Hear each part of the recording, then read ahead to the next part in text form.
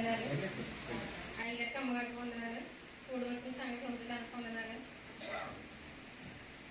మరి మా కుటుంబం నాది జీవిలో ఉన్నదంటే దేవుడి కృపే కావాలి.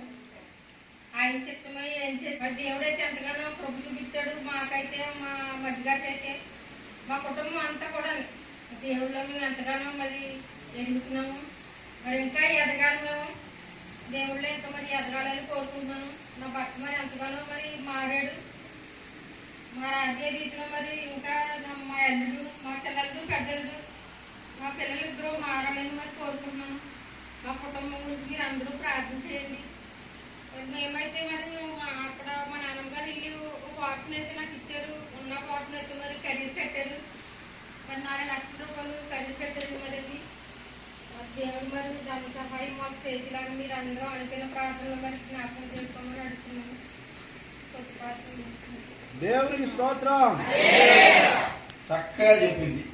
చెప్పలేదన్నట్టు భయపడి ఆగింది. కానీ అంటే వాళ్ళ నాన్నమ్మ గారు వాళ్ళకి ఇచ్చిన దాంతో పాటుగా పక్కన కూడా వీళ్ళు కొనుక్కున్నారు కాబట్టి దానికి ఎంతో ఆర్థిక ఇబ్బందులు ఉన్నాయి, ప్రార్థన చేయమని చెప్పేసి చెప్పడం జరిగింది. వాళ్ళ పిల్లలు చెప్పాను కదా, రాజీ వీళ్ళు పెద్దమ్మాయి సుశీలాకు ఇచ్చిందంట. సుశీలాకి పిల్లలు పుట్టాలని మనం ప్రార్థన చేస్తున్నట్టు కూడా ప్రార్థన చేసాం. సరే అందరూ అలా ఉండగా ప్రార్థన చేసి ఇస్తే వారి కుటుంబం తరఫున ఏర్పాటు చేసినటువంటి పలహారాలు పెట్టాం. దయగల మా తండ్రి మీ ఘనమైన నామూలు బట్టి కుటుంబం కోసం కార్యం చేసినందుకు మంచి విషయాలు దేవుడు మధ్య గారి కుటుంబాన్ని అందరినీ కూడా దేవుడు ఎంతగానో కాపాడారు. మా మధ్య గారి కుటుంబాన్ని కాపాడారు. మంచి సాక్ష్యం వచ్చింది.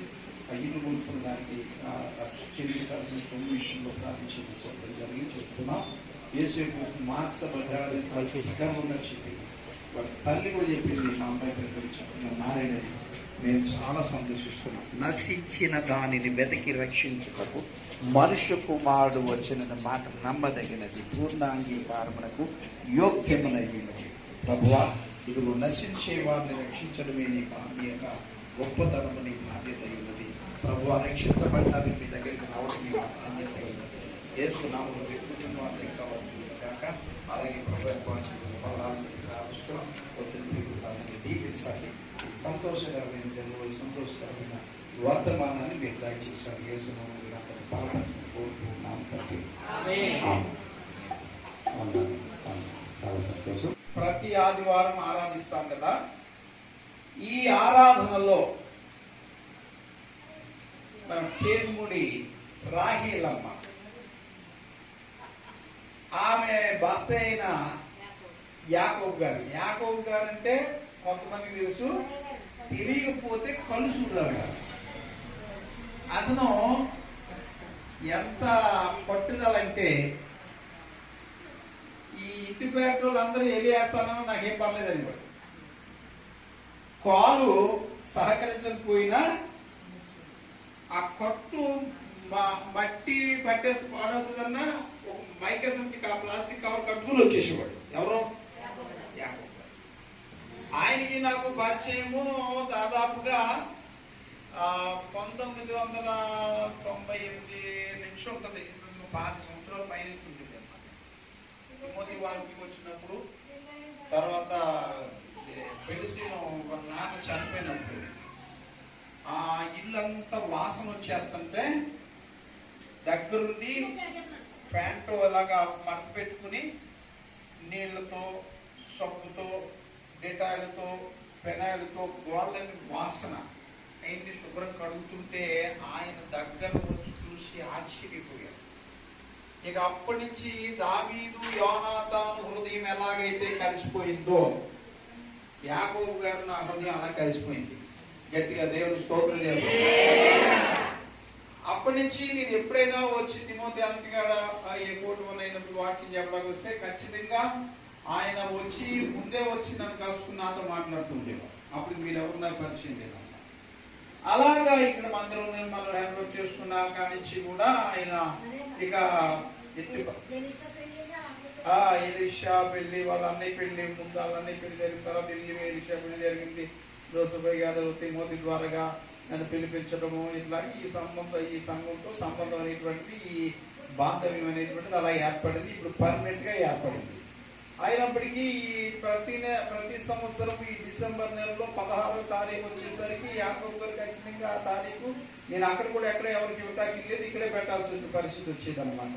కాకపోతే ఇప్పుడున్న పరిస్థితుల్లో రాహేలమ్మ మరి హైదరాబాద్ లో పిల్లల దగ్గర ఉంటున్న కారణం చేత ఇప్పుడు రేపుకు బదులు ఈ రోజు వాళ్ళ కుటుంబ క్రిస్మస్ ప్రార్థన. హ్యాపీ క్రిస్మస్ చెప్పండి ఇప్పుడు. Merry Christmas, happy Christmas, merry Christmas. క్రీస్తు నేడు పుట్టాను, క్రీస్తు నా కొరకు పుట్టాను. హల్లెలూయా. ఈ క్రిస్మస్ వాళ్ళ కుటుంబ సంతోషం కొరకు చేస్తున్నాం. ఈ రోజున చాలా క్రిస్మస్లు చేస్తాం. ఎప్పుడు క్రిస్మస్ చేసినా, ఎప్పుడు ఆరాధన చేసినా అది మనలో క్రీస్తు ప్రభు ఉదయించినటువంటి ప్రతి క్షణం, ప్రతి దినము, ప్రతి రోజు అన్నమాట. కాబట్టి ఇప్పుడు మనం బహుగా మనం ప్రార్థించాల్సింది ఏంటంటే రాహేలమ్మ కొరకు. ఆమె చెయ్యి నొప్పి, ఎందుకంటే కొబ్బరికాయలు తీస్తుంటే చెట్టు కిందకి వెళ్ళింది ఆవిడే.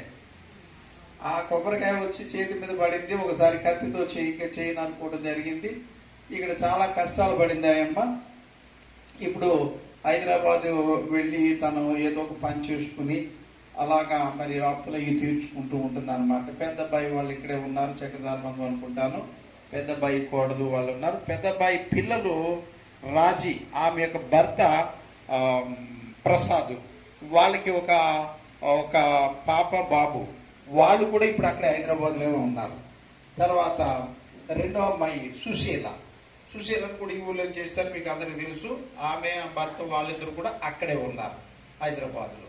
తర్వాత గోవింద్ ఏ విందుగా మారాడంటే రతన్ రాజుగా మారాడన్నమాట.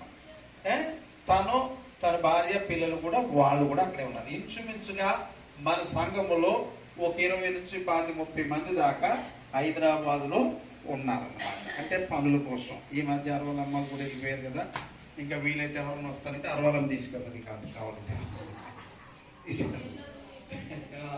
కాబట్టి ఇక్కడ తగ్గుద్ది, అక్కడ పెరుగుతుంది అనమాట. అప్పుడప్పుడు వచ్చినప్పుడు కలుస్తూ ఉంటారు. ఈ రోజు మరి ఈ పలహారానికి అన్నింటికి ఆమె డబ్బులు పంపుతా అన్నారు. దాని ఏర్పాట్లు అన్ని చేసేసాము.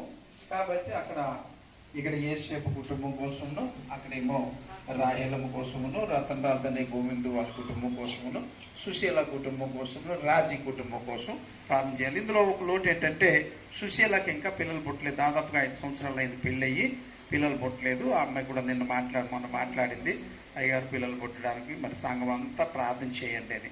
రాహేలమ్మ కూడా చెప్పింది, మన వాళ్ళందరికీ చెప్పండి ప్రార్థన మా కోసం, ఈ పిల్లల కోసం, మరి యొక్క సుశీలకు పిల్లలు కలిగేలాగా ప్రార్థన చేయమని చెప్పారు. ప్రార్థన చేస్తాము అన్నవాళ్ళు అబద్ధాలు ఆడకుండా ప్రార్థన చేస్తామండి అని చెప్పేసి, ఏదో కొంతైనా చిన్న ప్రార్థన అయినా చేస్తామని చెప్పేసి మరి మీరు మాట ఇచ్చారు. చాలా సంతోషం. ఆమె కూడా ఇవి చూసుకుని కాస్త సంతోషిస్తుంది అన్నమాట. ఎందుకంటే మేమే ఆపాం చెప్పాలంటే. ఎందుకు ఆపామంటే హైదరాబాద్ నుంచి ఈ మన ఊరు రావాలంటే చాలా యాతన. రైల్వే స్టేషన్లో దిగినా, బస్ స్టాండ్లో దిగినా, అక్కడి నుంచి నందరాలు రావాలంటే కొవ్వూరు అయితే చాలా ఈజీ, మాకు ఒంగో అయితే కూడా దిగవచ్చు. కానీ నందరాలు రావడం అంటే ఇది అరుదైన ఊరిది.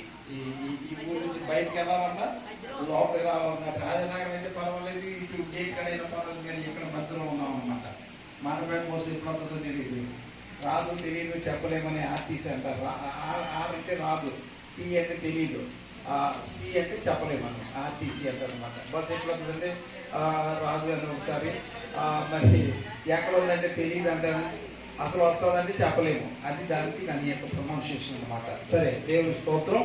మరి ప్రార్థన ఇప్పుడు వాళ్ళ కుటుంబం కోసం ప్రార్థన చేస్తే అప్పుడు మనం మిగతా చెప్పుకుని ఆ పలహారం పంచుకుని రాహేలమ్మ గారిని గుర్తు చేసుకోవచ్చు అనమాట. అంటే గుర్తు చేసుకోవడం అంటే హైదరాబాద్లో ఉన్నారు, దేవుడు వారిని దీవించలేదు. యాకోబు గారిని స్మరణకు తెచ్చుకుంటాం. అంటే దేవుడి దగ్గర ఉన్నారు. పరిశుద్ధులైన మా తండ్రి, కృపగల మీ పరిశుద్ధ గణనామం పొందనాలు చెల్లిస్తున్నాము. ఇదిగో ఎలా కడగబడాలో, ఎలా శుద్ధి చేయబడాలో అనే మాటలు ప్రభువా ఇదిగో నాయన మరి కృపాసాగర్ గారి ద్వారా కొన్ని తెలియపరిచారు. మీకు స్తోత్రాలు, వందనాలు నాయన. శుక్రవారం ఇదే స్థలంలో వారి కుటుంబ క్రిస్మస్ ప్రార్థన పెట్టుకుని చాలా మరి మంచిగా సంతోషించారు ఆయన. మేమందరూ సంతోషించాం. మంచిగా ప్రభుత్వ వాక్యం పెట్టింది, విధి జరిగింది. ఈ రోజున మా నాయన మా తల్లి ఇదిగో తండ్రి రాహేలమ్మ గారు మరి అంతకుముందు ఆమె భర్త రక్షింపబడిన తేదీ 16వ తేదీని నాయన వారికి ప్రతి సంవత్సరం అది క్రిస్మస్ గాను రక్షణ దినం గాను ఏర్పాటు చేసుకుంటున్నారు.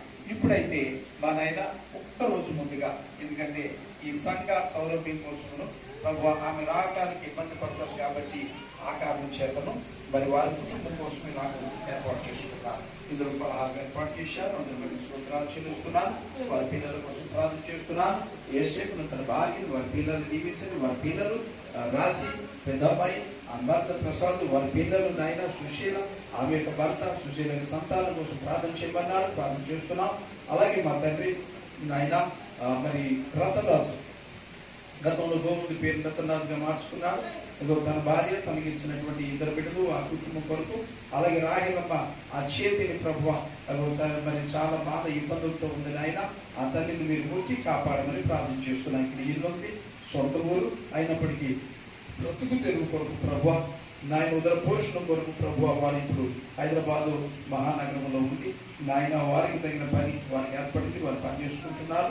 నీ కృపలో వారందరినీ కాపాడమని ఇలా మమ్మల్ని అందరినీ కూడా ప్రార్థనకు రిక్వెస్ట్ చేశారు. మేమందరం ప్రార్థన చేస్తామని మాటిస్తున్నాం. ఇదిగో ఇప్పుడు కూడా ప్రార్థన చేశాం. ఆ కుటుంబమును బహుగా దీవించమని, క్రిస్మస్ శుభములు ఆ బిడ్డలకు సమృద్ధిగా దయచేసి వారికి ఆయురారోగ్యం ఇచ్చి వారి పిల్లలను దీవించి నీ దయలో కుటుంబాన్ని మీరు బలపరిచి సహాయం చేయమని 1వ తారీఖు ప్రభువ మరి ఆ బిడ్డ రావటానికి మరలా మాతో కలిసి ఆ బిడ్డలందరూ కలిసి ప్రార్థించడానికి కృప దయచేయమని యేసయ్య ఘననామములో ప్రార్థించి మనవులు మీకు సమర్పించుకుంటున్నాం తండ్రి. ఆమేన్. ఆమేన్.